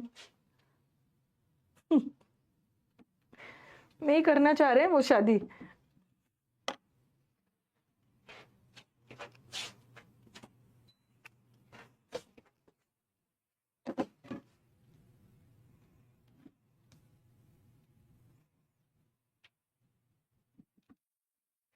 तो अवॉइड और इंजॉय वर्ड जीरण क्यों लेता है, क्योंकि ये एक्टिविटी के सेंस में, कोई चीज आपको करना पसंद है, कोई चीज आपको ना पसंद है तो आप अवॉइड करते हो।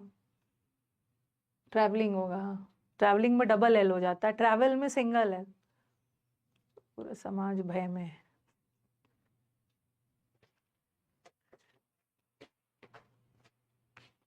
ओके, तो ये बता दिया मैंने।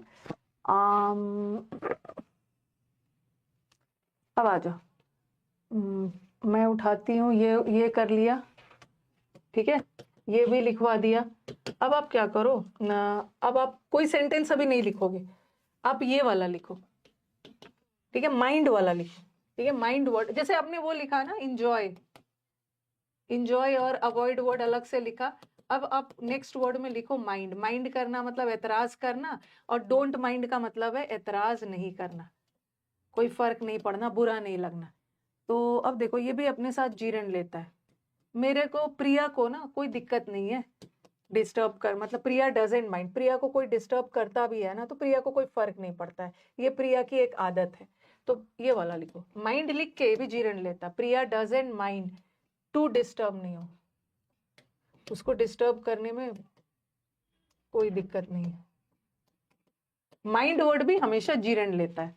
माइंड माइंड करना मतलब आपको ये चीज से कोई फर्क नहीं पड़ रहा है, ये आपकी एक हैबिट है। कॉपी करिए।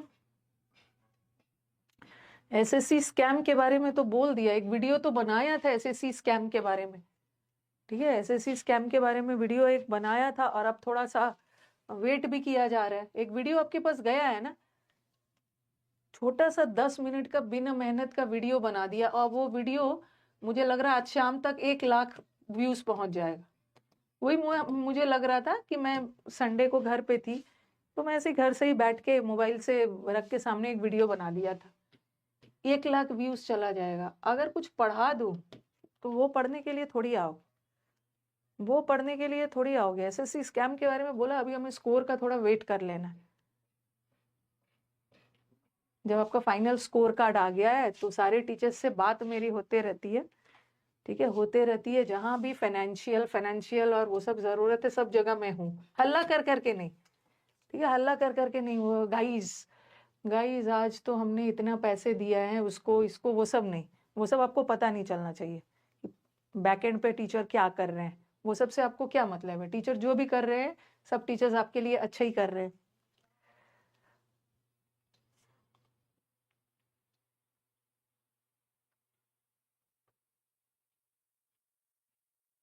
कि जो भी होगा सब टीचर्स आपके भले के लिए ही कर रहे हैं, कुछ भी होगा स्टूडेंट्स के साथ है। क्योंकि हाँ, प्रूफ भी आ गया है, हाँ, तो अब देखा जाएगा ना, प्रूफ भी मिल गया है। ये तो कंफर्म था, कंफर्म तो था ही कि स्कैम है, प्रूफ भी आ रहा है, तो अब देखना है ना कि आगे कैसे क्या करना है, कैसे आगे क्या करना है। सारे टीचर्स ग्रुप में हैं, एक मुझे लग रहा है 8-10 टीचर का ग्रुप बना है, मेन मेन टीचर्स लोग का तो है। हो गया ना ये, लेकिन अल्टीमेटली पढ़ाई तो नहीं रोकना है ना, ओके, पढ़ाई तो रोकना नहीं है, पढ़ते तो रहना ही है। चलो ये भी हो गया, माइंड वाला वर्ड भी हो गया, ओके, माइंड वाला भी हो गया। नहीं नहीं, डीमोटिवेट नहीं होना है, चाहे स्कैम, ये स्कैम हमेशा थोड़ी चलेगा। सब टीचर्स लगे हुए हैं, यूट्यूब पे हाईलाइट हो रहा है, मीडिया के पास भी जाएगा, ट्विटर होगा, तो रुकेगा ना। अगले साल, इस साल नहीं हो पाया, अगर अगर इस साल कुछ नहीं हो पाया तो अगले साल, मतलब आने वाले समय में इसको रोकना तो पड़ेगा ही। डिमोटिवेटेड नहीं होना है, एग्जाम निकालना। चलो ये वाला हो गया, अवॉइड वर्ड हो गया, इंजॉय वर्ड हो गया, माइंड वर्ड हो गया। अब आ जाओ रिमेंबर वर्ड।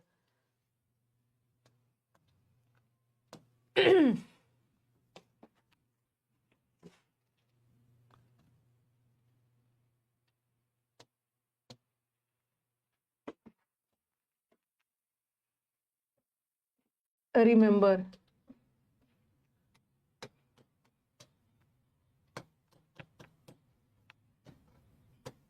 ये रिमेंबर वर्ड अपने साथ, ठीक है, इन्फिनिटिव भी लेता है, और ये अपने साथ जीरण भी लेता है, जीरण भी लेता। तो आप मुझे बोलोगे कि मैम मतलब कैसे क्या पता चलेगा, ठीक है, कैसे क्या पता चलेगा, इसको मैं इन्फिनिटिव में भी आपको पढ़ाऊंगी। ओके, इन्फिनिटिव का भी, जब कल मैं इन्फिनिटिव स्टार्ट करूंगी ना तो इन्फिनिटिव का टेंस पढ़ाऊंगी। इन्फिनिटिव का भी मॉडल की तरह टेंस होता है, वहां देखेंगे हम। जैसे मैंने लिखा I remember, I remember to meet him.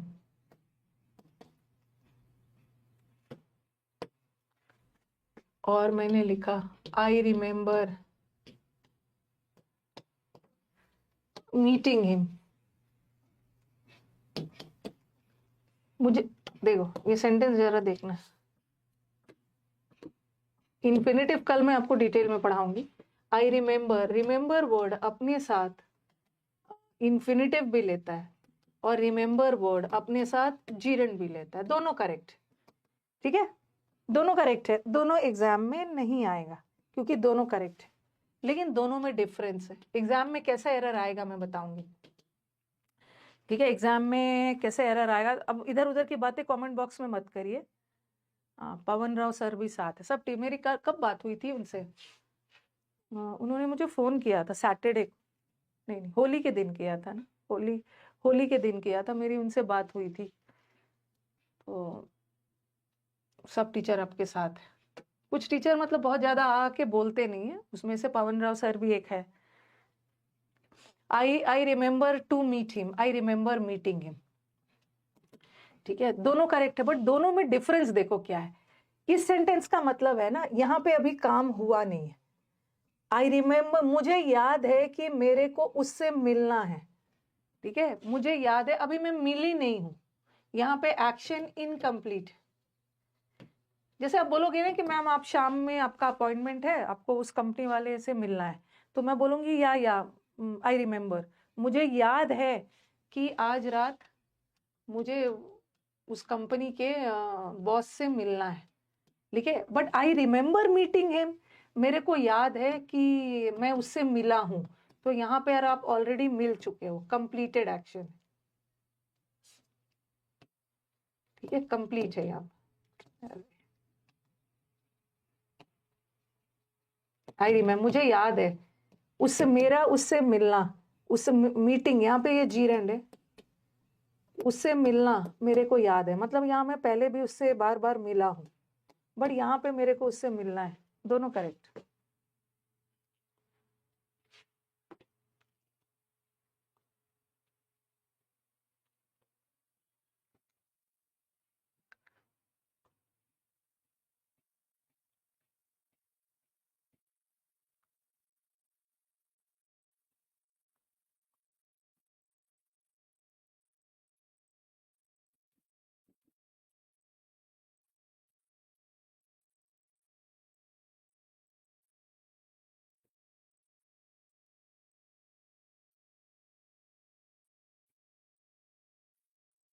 ठीक है, आई रिमेंबर, जैसे जैसे मैंने एक और लिखा, I stopped to meet him, मैं उससे मिलने के लिए रुकी, ठीक है, मैं उससे मिलने के लिए रुकी। ओके, अभी मैं उससे मिली नहीं हूं, अभी मैं रुकी क्योंकि मेरे को उससे मिलना था, अभी मैं उस व्यक्ति से मिली नहीं हूं। और यहाँ पे I stopped meeting him, I stopped meeting him मतलब मैंने उससे मिलना छोड़ दिया, मतलब पहले भी मैं उससे मिलती थी बट अब मैंने उससे मिलना छोड़ दिया। तो यहाँ पे मिलना ना मिलने वाला काम उसने कर लिया, क्या वो मिलती नहीं है उससे, बट यहाँ पर वो उससे मिलने के लिए रुकी। ये दोनों करेक्ट। अब देखो रिमेंबर वाला से आप बोलोगे कि मैम दोनों सेंटेंस तो करेक्ट है, तो एरर कैसे आएगा। देखो एरर कैसे आता है, ऐसा आएगा, आई रिमेंबर, एक प्रीवियस ईयर में ऐसा आया भी है, I remember to meet him, ये भी यहां तक तो ये सही है। आई रिमेंबर टू मीट भी सही है, आई रिमेंबर मीटिंग हिम भी सही है। I remember to meet him yesterday. अब बताओ, अब बताओ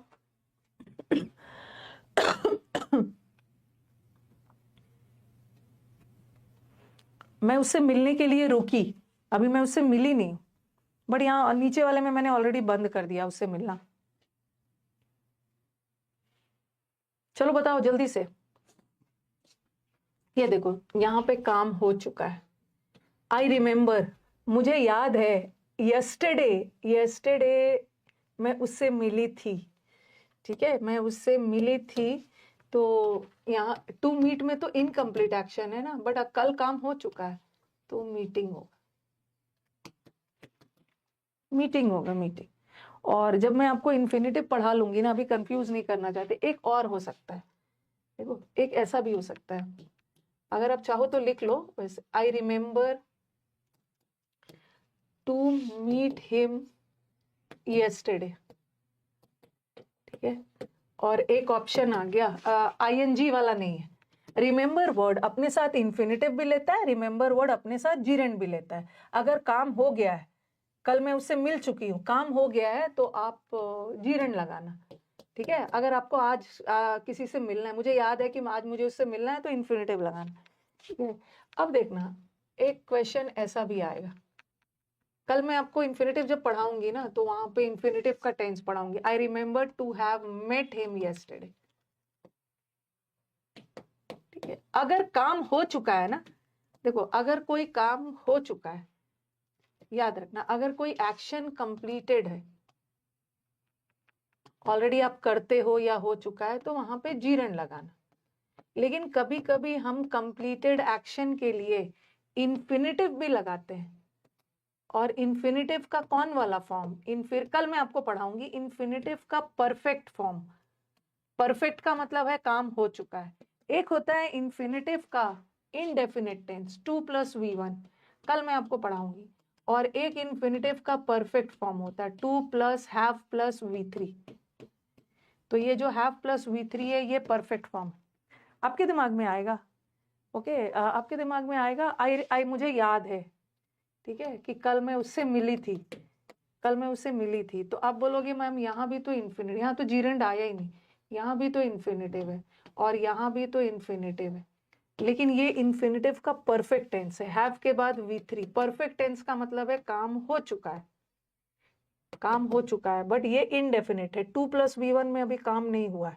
बट यहाँ तो ऑलरेडी आपको याद है कि कल आप उससे मिले थे, तो आप कंप्लीट एक्शन के लिए इन्फिनेटिव का भी यूज कर सकते हो, बट इन्फिनेटिव का परफेक्ट टेंस यूज करना। कल मैं इसको इन्फिनेटिव चैप्टर में आपको पढ़ाऊंगी। चलो मैं एंड करती हूँ अब।